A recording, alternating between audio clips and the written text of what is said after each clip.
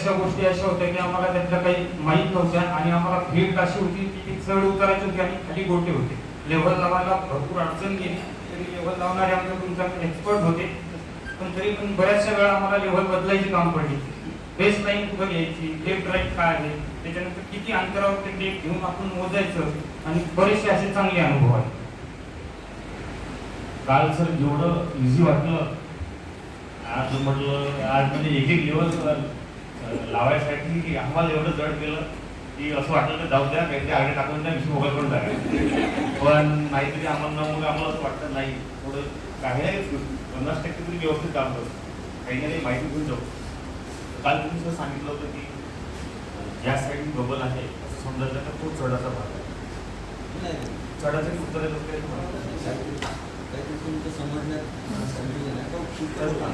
आमच्या डोक्यात असं झालं की बबल ज्या साईडनी आहे समजा त्या साईडनी तो चढाचा भाग आहे, त्या हिशोबाने आम्ही ते बॅलन्स करण्याचा प्रयत्न केला. आणि जमीन एवढी भुसभुशीत होती की लेवल लावल्यानंतर जेव्हा तो म्हणजे दुर्बीण फिरवलं किंवा आम्ही फिरत होतो तर पुन्हा बबल जात जातो. आम्हाला ते खूप जास्त म्हणजे खूप जास्त कठीण गेलं आमच्यासाठी.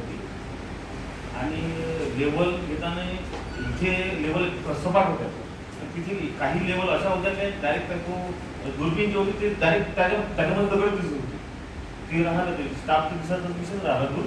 तर त्याच्यामुळे आम्हाला मग वारंवार तो स्टाफ एक जवळ घ्यायला लागला, नाहीतर मग आम्हाला ते लेवलच म्हणजे दुर्बीणच चेंज करायला लागली. एका ठिकाणी असं झालं होतं की आम्ही आमचा स्टाफ पूर्ण 4 मीटर पूर्ण उघडला, पण त्याच्यावरही आमची दुर्बीण चालली होती. शेवटी आम्हीच एक शक्यता ठरवली की आम्ही आमच्या पॅन्टचं माप घेतलं, त्याच्यावर 1 मीटरचं माप करून त्याच्यावर स्टाफ केला पुन्हा 5 मीटर गेलं त्याला.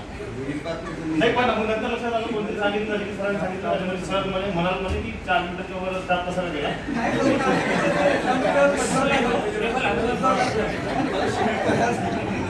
आम्ही बघ आम्हाला असं वाटलं जाऊ ते बॅलन्स करून टाकून नंतर आम्ही ते पण प्रयोग करून पाहिला, की आम्हाला ओव्हरऑल एक्सपिरियन्स चांगला झाला आणि आम्हाला बरंच काही शिकायला मिळालं. आणि दुसरं म्हणजे आता पुन्हा दुर्बीण पुन्हा इथून ट्रेनिंग करून गेल्यानंतर आम्हाला हाताळता येईल नाही, थोडं असं वाटतं की पाहिजे